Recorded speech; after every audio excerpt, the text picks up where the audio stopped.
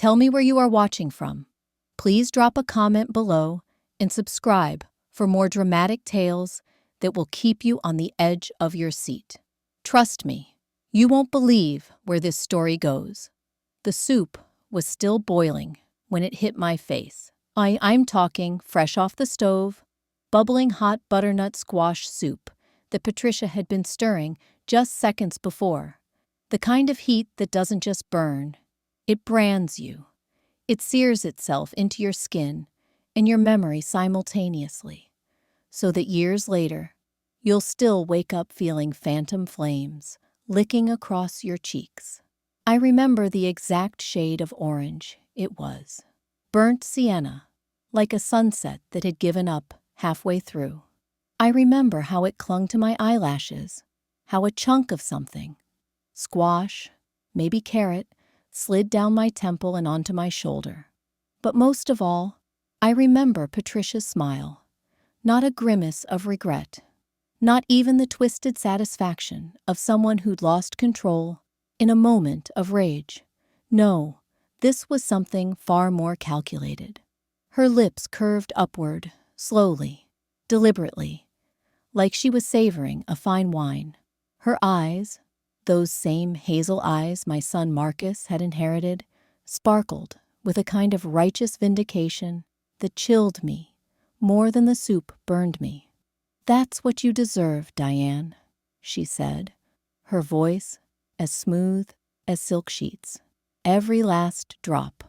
The dining room fell silent, except for the sound of soup dripping from my chin onto the mahogany table that had once belonged to my grandmother. 14 people had been sitting around that table moments ago. My son Marcus, his wife Shanice, their 2 children, Patricia and her husband Bernard, Shanice's siblings, a few cousins. It was supposed to be a celebration, Marcus's 40th birthday. I'd spent 3 days preparing his favorite dishes: honey-glazed ham, collard greens with smoked turkey, candied yams, macaroni and cheese with 5 different cheeses, cornbread that melted in your mouth, and Patricia's soup. She'd insisted on bringing it. "It's a family recipe," she'd said when she arrived, clutching that steel pot like it contained liquid gold. "Shanice grew up on this soup. It's tradition." I should have known then, should have read the warning in how tightly her fingers gripped the handles, how her smile didn't quite reach her eyes when she handed me the serving ladle. But I was too busy being the gracious host, too busy trying to prove to everyone, to Marcus especially, that I could get along with my daughter-in-law's family, that I wasn't the problem everyone seemed to think I was.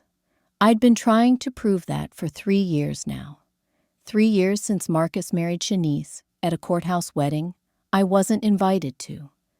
3 years since he'd looked me in the eye and said, "Mom, you need to accept that Shanice is my wife now. Her family is my family, and if you can't respect that, maybe you need to take a step back." Take a step back. Like I was some kind of threat. Like I was the villain in a story didn't even know I was part of. So I'd taken that step back. I'd bitten my tongue when Shanice redecorated the house I'd helped Marcus buy, painting over the warm terracotta I'd chosen with her cold, minimalist grays. I'd smiled through Christmases at Patricia's house instead of mine, watching my grandchildren open presents I wasn't allowed to pick out because we have a specific list, Diane, and we can't have you going off script. I'd swallowed my hurt when Marcus started calling me by my first name instead of Mom around Shanice's family, like he was embarrassed to claim me, like motherhood was something that needed to be minimized in their presence. And I'd agreed to this dinner, this birthday celebration in my own home, where I'd cook for 3 days straight, while Patricia brought 1 pot of soup and somehow still managed to be the hero of the evening. Until the soup ended up on my face, the silence stretched. I could feel everyone's eyes on me, some shocked, some uncomfortable, a few barely suppressing smirks. My skin was screaming, the kind of pain that makes your vision blur at the edges. But I didn't move, didn't cry out. I just stared at Patricia, trying to understand how we'd arrived at this moment. "Marcus," I finally said, my voice surprisingly steady, despite the fire consuming my face. "Your mother-in-law just assaulted me in my own home." I turned to my son, my only child, the boy I'd raised alone after his father walked out when he was 2.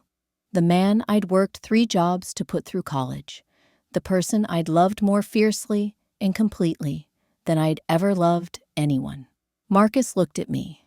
Then he looked at Patricia, then back at me, and then my son, my baby, my whole heart, shrugged. "She's right, Mom," he said quietly. "That's what you deserve. Want to know what happens next? Comment below with your theories, and don't forget to subscribe. They say your life flashes before your eyes when you face death. Nobody tells you it happens when you face betrayal too." In the seconds after Marcus spoke those words, I saw everything. Every scraped knee I'd bandaged. Every basketball game I'd attended, even when I had to work double shifts the next day. Every argument with teachers who tried to put him in remedial classes because they couldn't see his potential. Every meal stretched to feed 2 when I could barely afford to feed 1. Every dream I'd deferred. Every sacrifice I'd made. Every piece of myself I'd given away so that he could have more. And it had led to this. My son, standing in my dining room, telling me I deserved to have boiling soup thrown in my face. "Excuse me." The words came out as barely a whisper. Shanice stood up, placing her hand on Marcus's shoulder. She was beautiful, I had to admit. Tall and statuesque, with box braids that fell to her waist and skin like polished mahogany. She had the kind of confidence that came from being adored your whole life, from having parents who treated you like you walked on water. Patricia and Bernard had 3 daughters, and they'd raised them like princesses. Nothing but the best for the Williams girls. Private schools, dance lessons, summer homes in Martha's Vineyard. And when those girls grew up, their parents made sure they married men who would continue that tradition of treating them like royalty. Men like my Marcus, who'd been taught by me that women were to be cherished and protected. I'd raised him right, or so I thought. "Mrs. Carter," Shanice said, and I hated how she used my last name like I was a stranger, like we hadn't spent 3 years in each other's orbit, hadn't shared grandchildren, hadn't supposedly become family. "Maybe you should go clean yourself up. We can talk about this later when everyone's calmed down." Calmed down? The pain was making me dizzy now. Or maybe it was the sheer absurdity of the situation. Your mother just threw hot soup in my face, and you want me to calm down? "You know why she did it," Shanice said, her voice maddeningly even. "You've known for weeks. We all have." I looked around the table. Shanice's 2 sisters, Dominique and Essence, were nodding in agreement. Bernard had his arms crossed, his expression stern.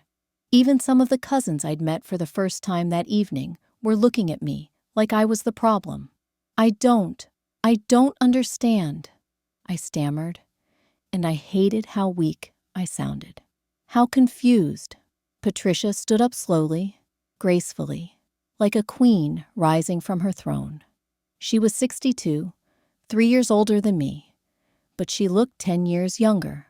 Money did that. Bought you the kind of maintenance that kept age at bay.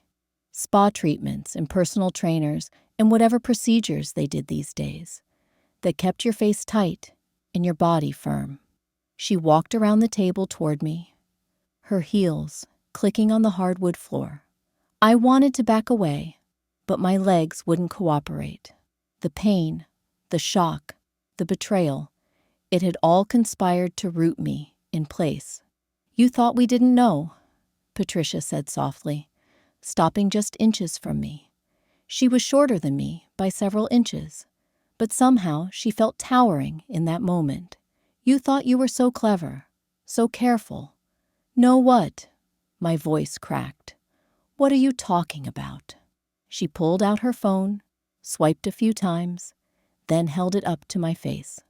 The screen was blurry through the soup still dripping into my eyes, but I could make out what looked like photographs, documents, bank statements, Patricia said, from an account in your name, with deposits totaling $250,000 over the past 18 months.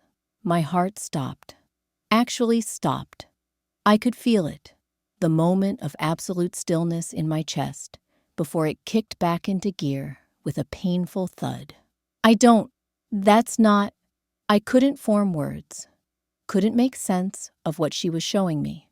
Deposits that coincidentally align with the exact dates that equipment and supplies went missing from Marcus's medical practice, Patricia continued, her voice gaining strength, gaining righteousness. Equipment that was then sold to a competitor. Supplies that ended up on the black market. No, I breathed. No, that's not possible. I would never. Mom. Marcus's voice cut through my protest. He'd moved closer now, standing beside Patricia, like they were a united front. We have proof. The bank account is in your name, your social security number, your signature. That's impossible, I was shouting now, pain and confusion giving way to a desperate anger. Marcus, I don't have any secret bank accounts. I barely have enough in my regular account to what? Shanice interrupted. To afford that new car you bought last month? The one you said was a gift from a friend? Mrs. Henderson sold it to me for cheap because she was moving to Florida. I showed you the title, a title that could have easily been manipulated to hide where the money really came from, Patricia said. Her voice had gone cold now, clinical. You've been embezzling from your own son's medical practice, Diane, stealing from him while he trusted you with access to his accounts, his inventory systems. He gave you that access because you're his mother, because he loved you, and you betrayed that love. The room was spinning, or maybe I was the one spinning, while the room stayed still. I reached out for the table to steady myself, and several people actually flinched away, like I might contaminate them. I didn't do this, I said, looking desperately around the room for one person, just one person, who might believe me. Someone is setting me up. Someone is. Oh, please. Dominique's voice dripped with contempt. You're really going to play the victim after everything? After you've been bleeding his practice dry for almost 2 years? Essence added. Do you know how close Marcus came to losing everything?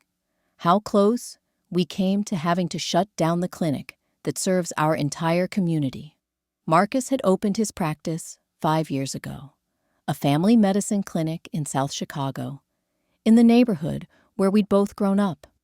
It had been his dream since medical school, to give back, to provide quality health care to people who looked like us, who'd been underserved and overlooked by the medical establishment for generations.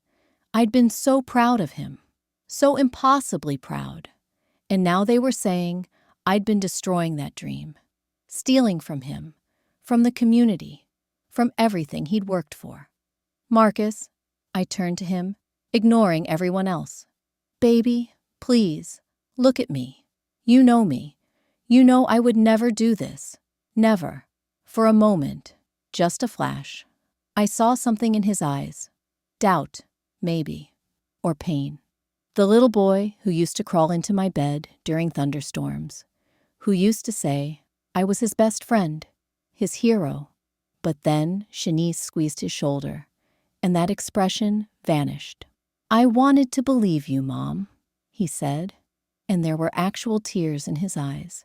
I defended you for weeks when Dad first brought the discrepancies to my attention. Dad? The word felt foreign. Marcus never called Bernard Dad. Bernard had been in his life for 3 years. A nice enough man, but not his father. Not the man who'd raised him. But apparently, things had changed. Family had been redefined, and I was on the outside of that definition now. Bernard helped me hire a forensic accountant. Marcus continued. We traced everything. The missing equipment, the unauthorized pharmacy orders, the supplies that disappeared from our inventory. And every single theft coincided with a deposit into your account. But I don't have that account. I was crying now, the salt from my tears mixing with the soup on my face, creating a new dimension of burning pain. Please, Marcus, you have to believe me. Someone opened that account in my name. Someone is framing me. Who? Patricia's question was sharp as a blade. Who would do that? And why? I don't know. But you don't know because there is no who, she said. There's only you, Diane. You, with your jealousy and your resentment. You've never liked that Marcus married into our family. Never liked that he found happiness with Shanice. Never liked that he had a support system beyond just you. That's not true, isn't it? Patricia stepped even closer, and I could smell her perfume, something expensive and floral that probably cost more than my monthly car payment. You've been bitter from the beginning, bitter that you weren't enough for him anymore, bitter that he grew up and built a life that didn't revolve around you. So you decided if you couldn't be the center of his world, you'd destroy the world he'd built. No! I looked around wildly, at Marcus's kids, my grandchildren, being ushered out of the room by one of Shanice's cousins, at the faces surrounding me, all hard with judgment. I love Marcus. I love him more than my own life. I would never hurt him. Then explain the account, Bernard said quietly. He'd been silent until now, and somehow his calm, measured tone was worse than Patricia's fury. Explain how your social security number opened that account, how your signature is on the documents, how your phone number is the contact for that bank. I can't explain it because I didn't do it. My voice was breaking, shattering into pieces like the fine china we weren't even using, because Shanice had insisted on her family's plates. Someone stole my identity. Someone... Enough. Marcus held up his hand, and I fell silent. Old habits die hard. Even when your child has betrayed you, you still respond to their authority. Mom, I can't do this anymore. The evidence is overwhelming. The forensic accountant confirmed it. Our lawyer confirmed it. Even the detective we consulted confirmed it. Detective? The word came out as a whimper. We've already filed a police report, Shanice said. We wanted to handle this as a family first. Give you a chance to admit what you did. Maybe make some kind of restitution. That's why we arranged this dinner. Patricia thought if we confronted you here, surrounded by family, you might finally tell the truth. So, the soup, I looked at Patricia in horror, was me losing my composure, she admitted, but she didn't sound sorry. I was going to do this calmly, present the evidence, ask for an explanation. But then, you walked in with that smile, that fake warmth, pretending everything was fine, pretending you hadn't been stealing from my daughter's husband, threatening their future, their children's security. And I just snapped. You assaulted me, I said numbly. You burned me, and now you're justifying it. What you did was worse than assault, Patricia said. You betrayed your own son. You're lucky I only threw soup. There are mothers who would have done far worse to protect their children. And there it was, the real truth underneath all of this. Patricia saw Marcus as hers now. Not my son, but her son-in-law, her daughter's husband, part of her family's empire. And I was the threat, the outsider, the one who needed to be eliminated. I want you to leave, Marcus said quietly. Pack a bag. Stay somewhere else tonight.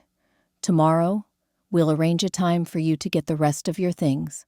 But I want you out of this house now. The world tilted. What? This is my house.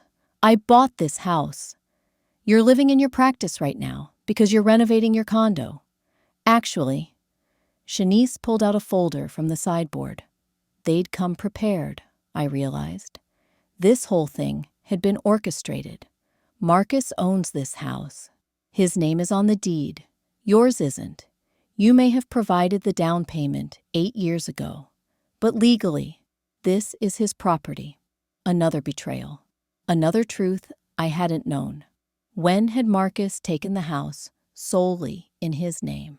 And why hadn't he told me? But I knew why. Because Shanice had told him to. Because her family had probably advised it. Protect your assets, they'd probably said. You never know what might happen. And now, I was what might happen. The threat that needed to be protected against. Please, I whispered, looking at Marcus one last time. Please don't do this. I'm your mother. I raised you. I loved you. I gave you everything. And apparently, you wanted to take everything back, he said, his voice cold, in a way I'd never heard before. Good night, Mom. Be out in 30 minutes, or I'll have the police escort you. They all turned away then. Turned back to the table like I was already gone, already erased. Patricia settled back into her seat. Shanice began serving the food I'd spent days preparing. Someone laughed at a joke I didn't hear. Life moved on without me, as easy as flipping a switch. I stood there for another moment, soup cooling on my face, burns screaming on my skin, heart shattered in my chest. Then, I walked upstairs to pack a bag, each step feeling like a mile, each breath like swallowing glass, in my bedroom. Marcus's bedroom now, apparently. I caught sight of myself in the mirror. My face was already starting to blister, angry red welts rising across my cheeks and forehead. But worse than the physical damage was what I saw in my own eyes. Confusion, betrayal, fear, and underneath it all, a growing spark of something else. Rage. I pulled out my phone with shaking hands and scrolled through my contacts until I found the number I needed. A number I hadn't called in almost 20 years. A number I'd sworn I'd never call again.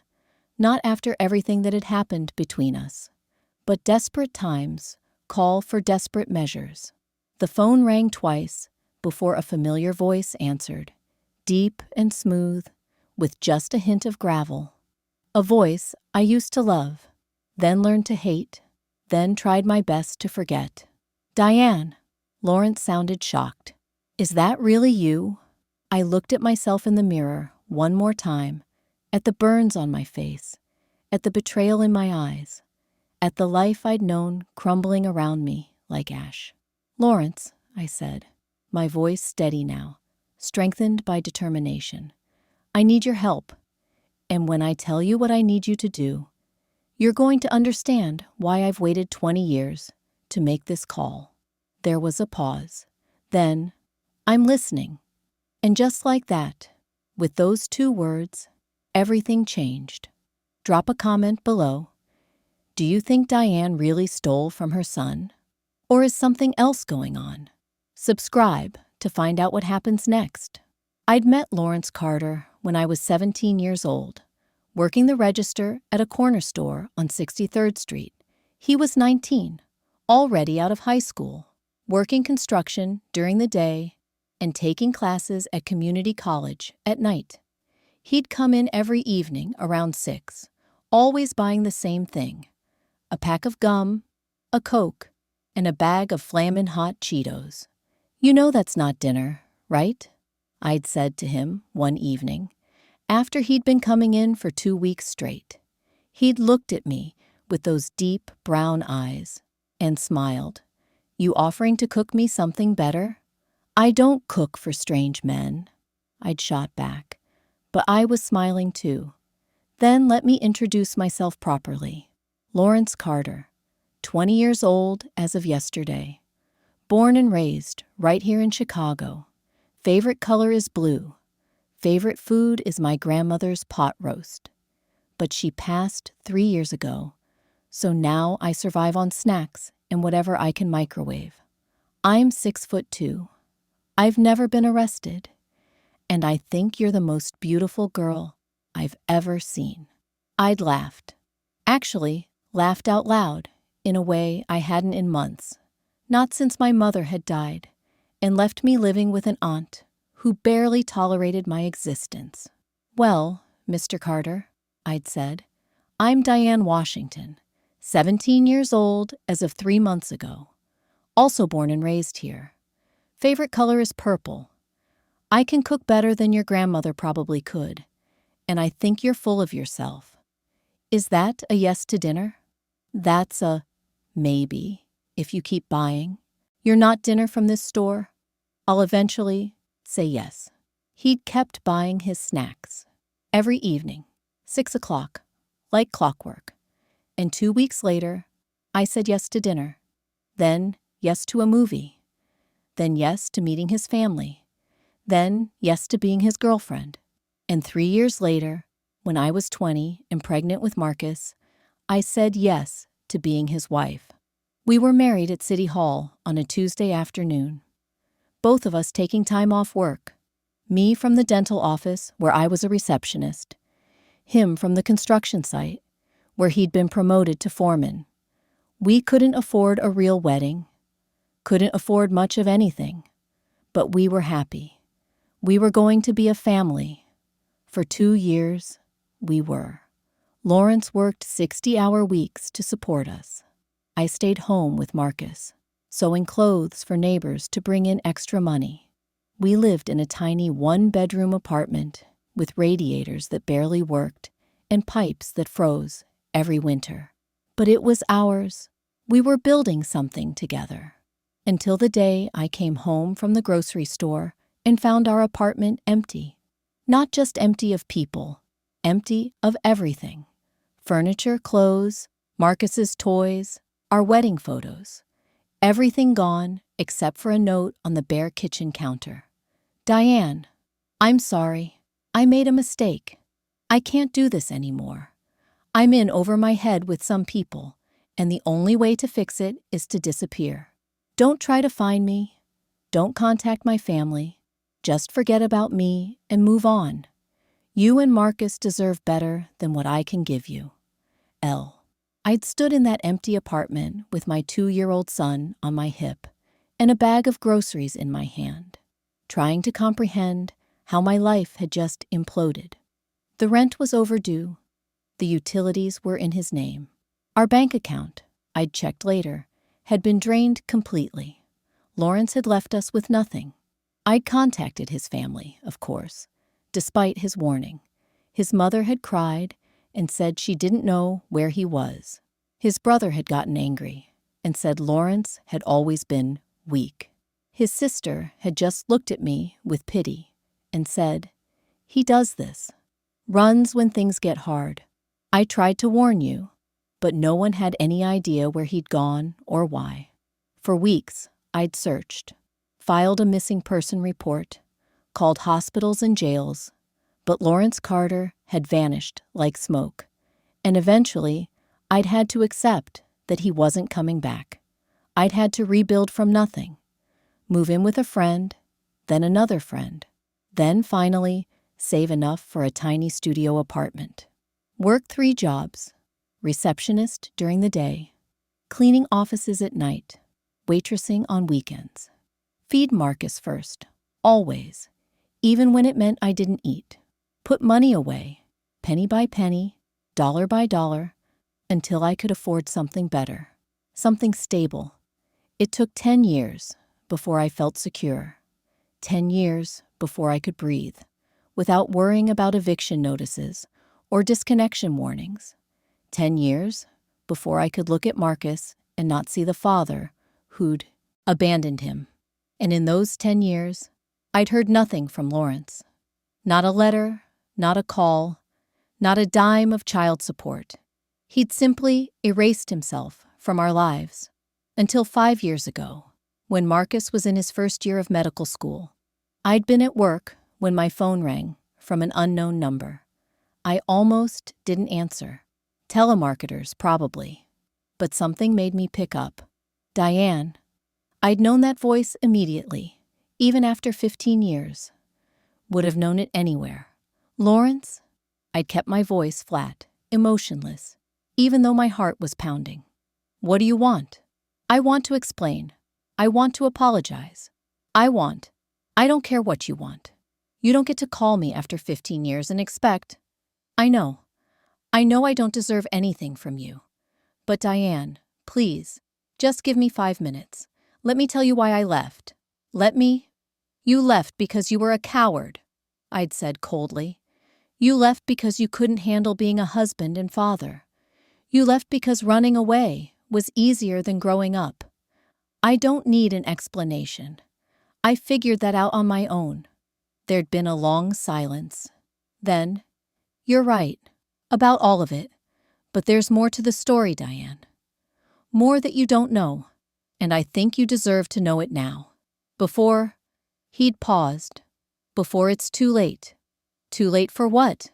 Just meet me, please. 1 cup of coffee, that's all I'm asking.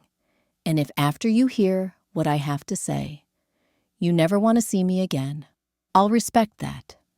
I'll disappear again, and you'll never hear from me. I should have said no, should have hung up right then, and blocked his number. But something in his voice, fear, maybe, or regret, made me hesitate. 1 coffee, I'd finally said, and only because I want to look you in the eye and tell you exactly what I think of you. We'd met at a diner in Bronzeville the next day. I'd arrived early, determined to have the upper hand, and watched through the window as he pulled up in a truck that had seen better days. He'd aged, I'd noted clinically. More gray in his hair, more lines around his eyes, a weariness in the way he moved. But when he sat down across from me and met my eyes, he was still Lawrence, still the man I'd once loved with every fiber of my being. You look good, he'd said softly. Don't, I'd replied sharply. Tell me whatever it is you think I need to know. Then get out of my life again.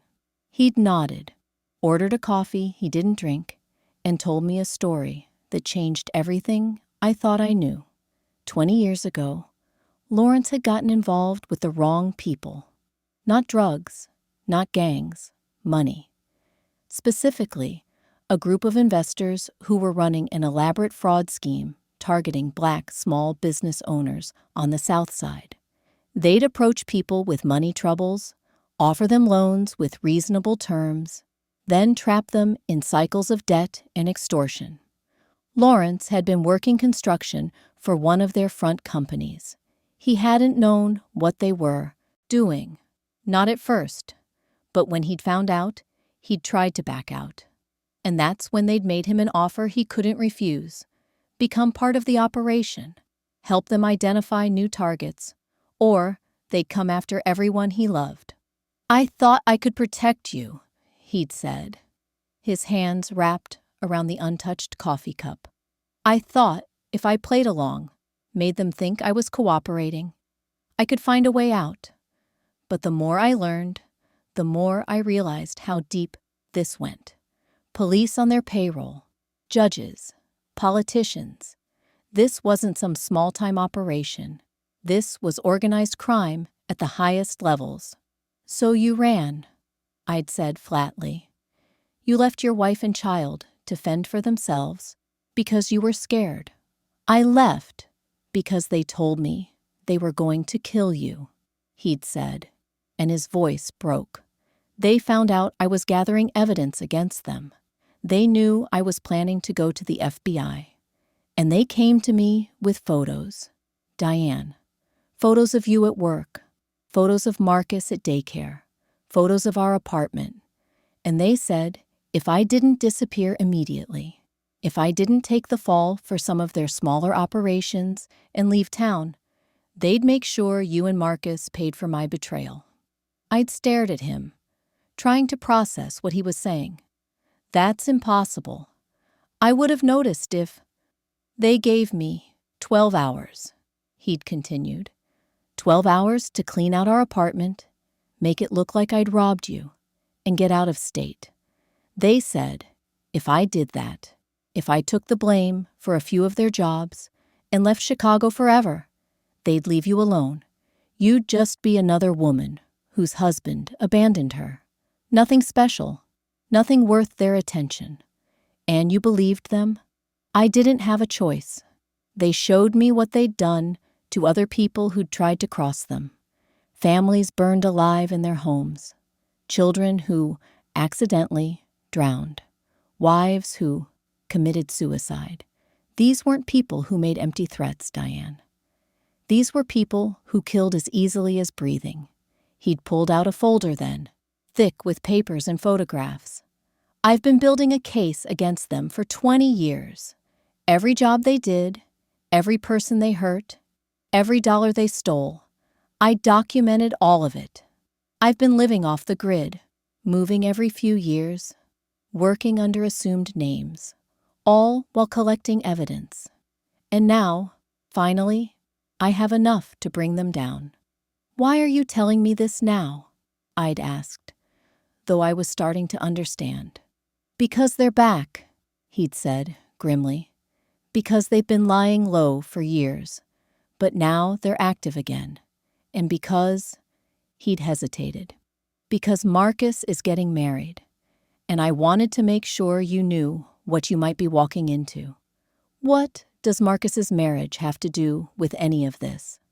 Probably nothing, Lawrence had admitted, but I've learned to be paranoid, to look for patterns. And when I saw the announcement in the paper, when I saw who he was marrying, I started digging into her family, just to be safe. That's insane. Shanice's family is wealthy, successful, well-connected. Lawrence had nodded. I know, and probably they're exactly what they appear to be. But Diane, these people I've been tracking, they're experts at infiltrating communities, at making themselves look legitimate. So I just wanted to check. For your sake, for Marcus's sake. I'd been furious. Furious at him for leaving. Furious at him for coming back. Furious at him for making me doubt everything I thought I knew about my life. Get out, I'd said. I don't want your paranoia. I don't want your conspiracy theories. And I definitely don't want you anywhere near me or my son. You made your choice 20 years ago. Live with it. I'd walked out of that diner and hadn't looked back. Blocked his number. Tried to forget the conversation had ever happened. But now, standing in Marcus's bedroom, with burns on my face, and betrayal in my heart, I was calling that number again. Because despite everything, despite 20 years of absence and abandonment, Lawrence Carter was the only person I could think of who might actually believe me. The only person who understood that sometimes the truth is far more sinister than it appears. What do you think Lawrence found out about Shanice's family? Comment your theories and subscribe for the next part. Lawrence lived 40 minutes outside the city, in a small town called Lockport that I'd never visited. He'd given me an address and told me to drive carefully, that the roads got dark this far from Chicago. And Diane, he'd added before hanging up, check your car before you leave, under the hood, under the seats, in the trunk. Make sure nobody's followed you or tampered with anything. I'd thought he was being paranoid. But then again, 2 hours ago, I'd thought my life was normal. Now I was a fugitive from my own home, accused of crimes I didn't commit, with burns on my face and nowhere to go. Paranoid suddenly seemed reasonable. I'd checked the car, my little Honda Civic that I'd bought from Mrs. Henderson, the one they'd tried to use as evidence against me. Nothing seemed amiss. No tracking devices that I could see. though I wouldn't really know what to look for. The engine looked normal. The trunk held only my emergency kit and spare tire.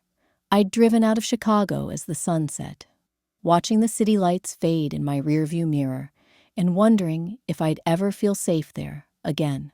The burns on my face throbbed with every heartbeat, a constant reminder of Patricia's loss of composure. I'd cleaned them as best I could before leaving, but I really needed to see a doctor. Needed burn cream, maybe antibiotics. But how could I go to a hospital when Marcus had filed a police report against me? Would they arrest me on sight? Were there already warrants out for my arrest? My phone buzzed. A text from Marcus. You have 48 hours to return what you stole. After that, the police will come for you. I'm trying to give you a chance to make this right, Mom. Don't waste it. I threw the phone onto the passenger seat, blinking back tears. How had this happened? How had I gone from cooking my son's birthday dinner to being accused of embezzlement in the span of a few hours? Someone had set me up. Someone had opened that bank account, forged my signature, stolen Marcus's inventory, and made it look like I was responsible. But who? And why? The answer seemed obvious. Shanice's family. They'd never liked me, never wanted me in Marcus's life. Patricia had made that clear from the beginning. What better way to get rid of me permanently than to frame me for a crime that would destroy any credibility I had? But that seemed too simple, too obvious, and too risky. If they got caught, they'd face serious consequences. People like the Williams family didn't take those kinds of risks unless they'd done it before, unless they had practice making evidence appear and disappear, unless they had connections that made them untouchable. I thought about what Lawrence had said 5 years ago, about the organization he'd been tracking, about how they infiltrated communities and made themselves look legitimate. Could Patricia and Bernard Williams be part of something like that? It seemed impossible.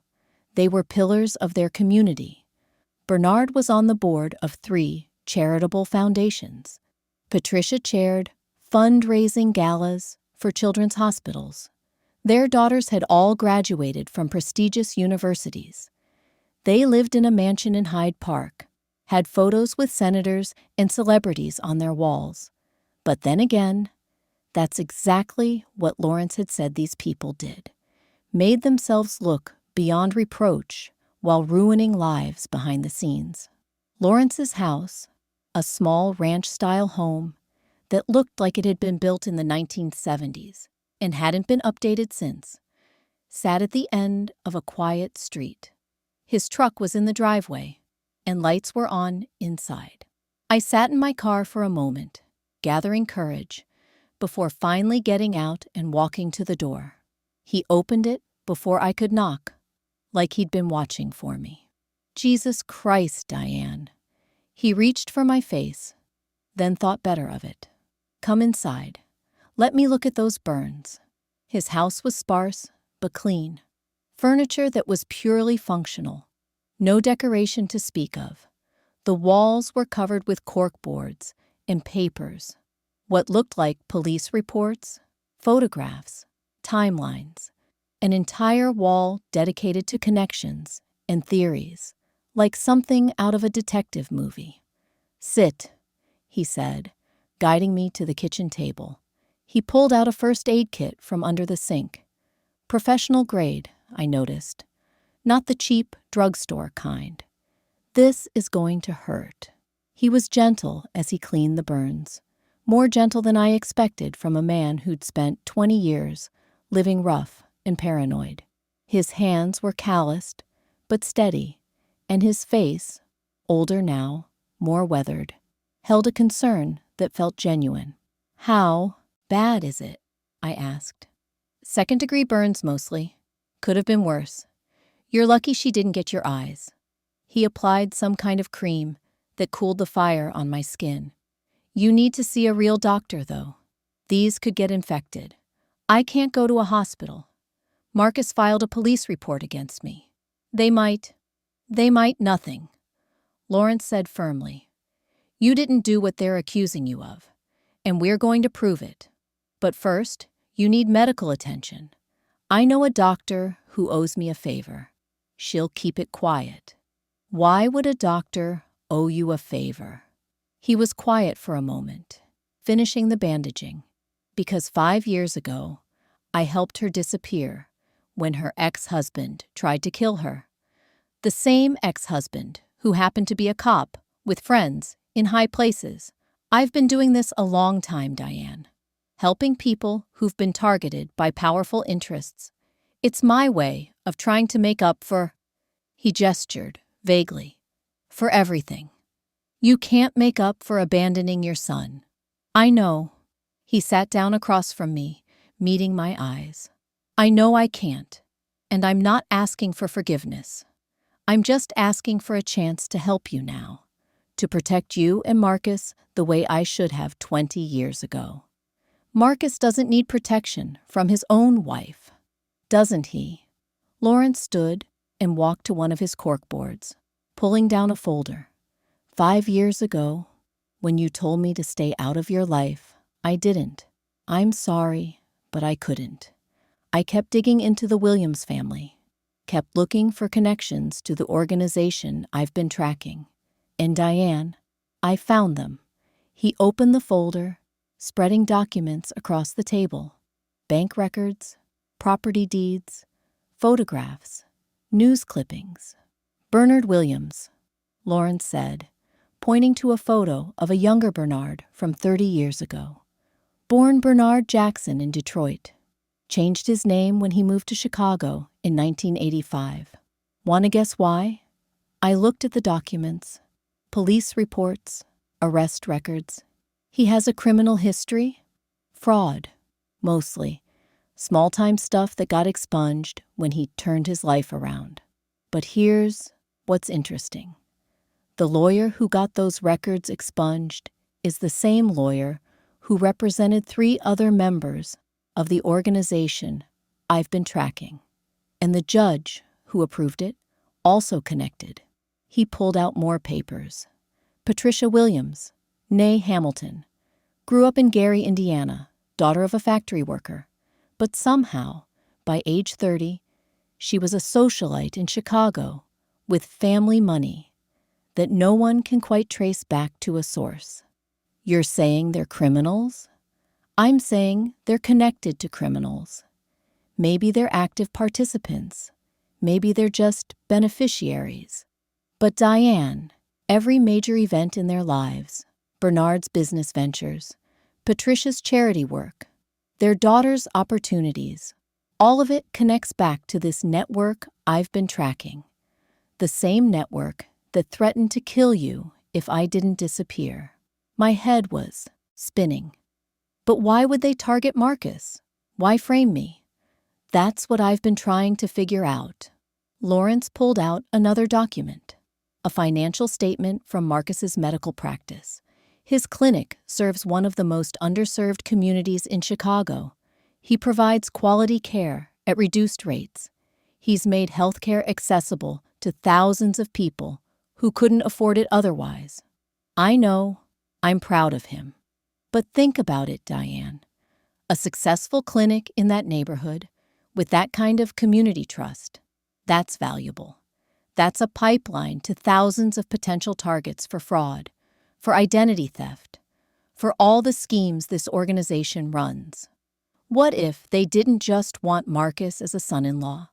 What if they wanted access to his patient base? I felt sick. You think Shanice married him too? I think Shanice might not know anything about it, Lawrence said carefully. She might be exactly what she appears to be, a woman who fell in love with a good man. Or she might be complicit.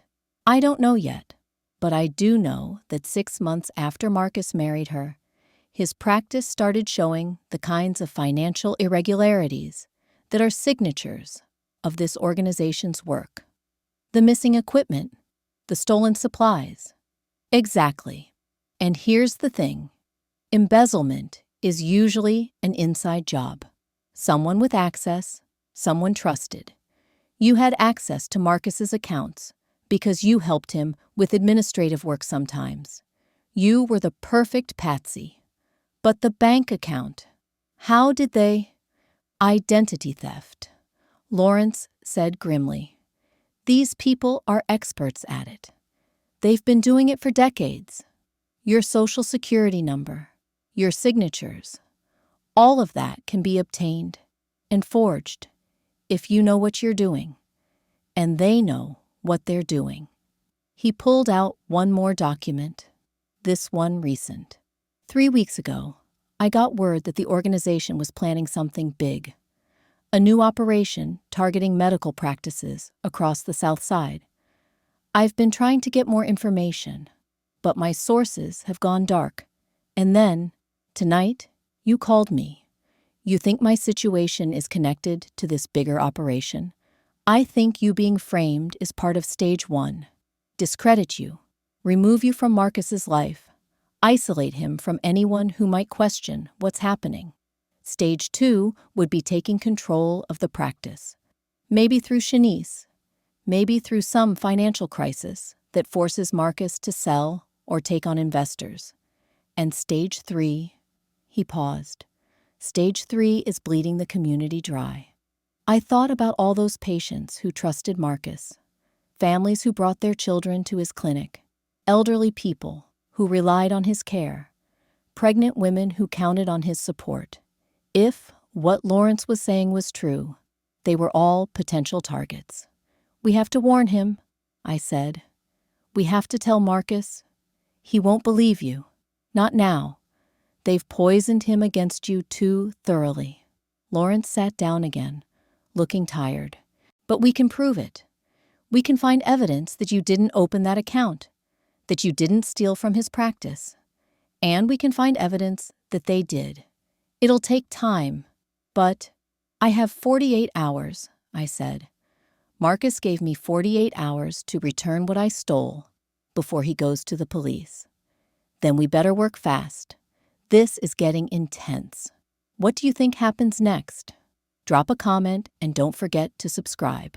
Lawrence's doctor friend, a woman named Dr. Sarah Chen, who ran a small practice in Naperville, saw me at midnight in her home office. She confirmed what Lawrence had said, second-degree burns that needed antibiotic ointment and pain medication, but would heal without scarring if I took care of them. Who did this to you? She asked quietly as she wrote out prescriptions. Someone who thinks I deserve it, I said. She looked at me for a long moment, then at Lawrence. Another one? Another one, he confirmed. She sighed. Lawrence, one day you're going to help someone who can't be helped, and it's going to come back on you. Maybe, he said, but not today.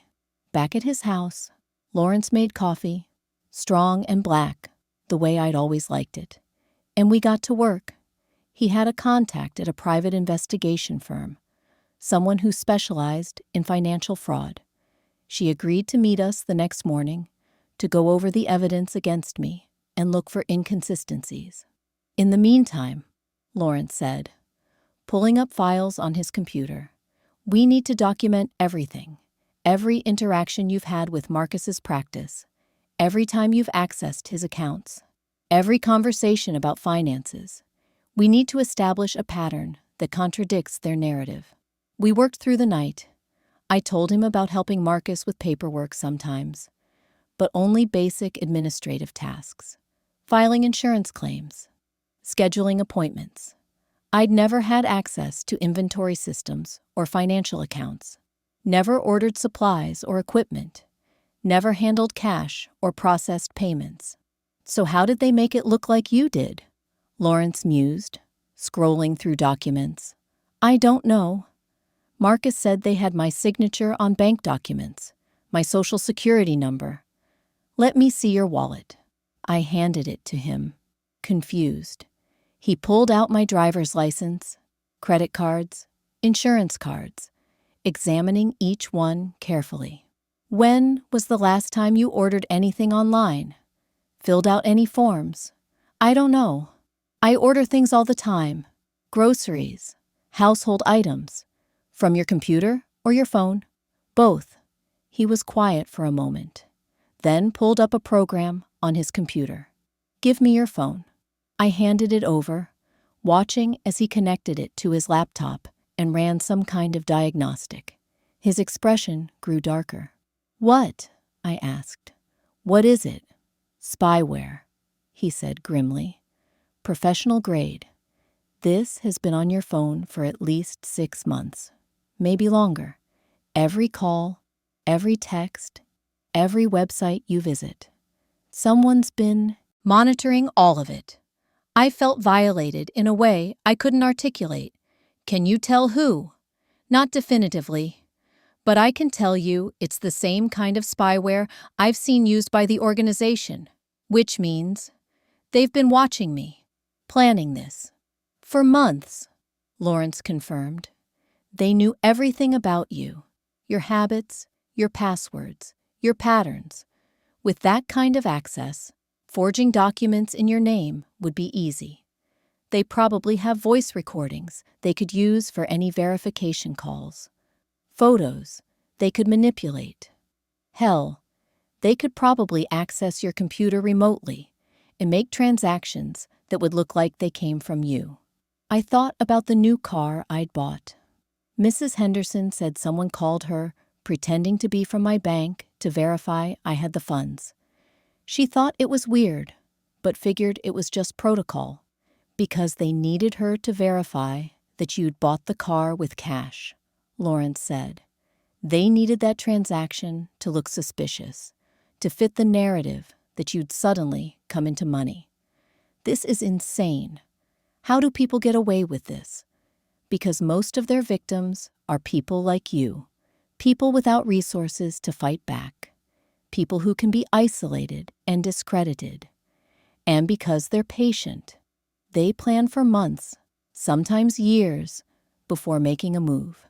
He continued running diagnostics on my phone, then cursed. They're tracking your location too. They know you're here. Does that mean we're in danger? Maybe. Probably not immediately. They got what they wanted tonight. You've been removed from Marcus's life, branded a thief, cut off from any support system. But we need to be careful. If they think you're fighting back, if they think you might expose them, they'll come after me like they came after you. Lawrence nodded grimly. Which is why we need to move fast and smart. No more phone calls on your regular cell. No more credit card transactions. You're going to have to go dark, at least for a few days. He handed me a burner phone.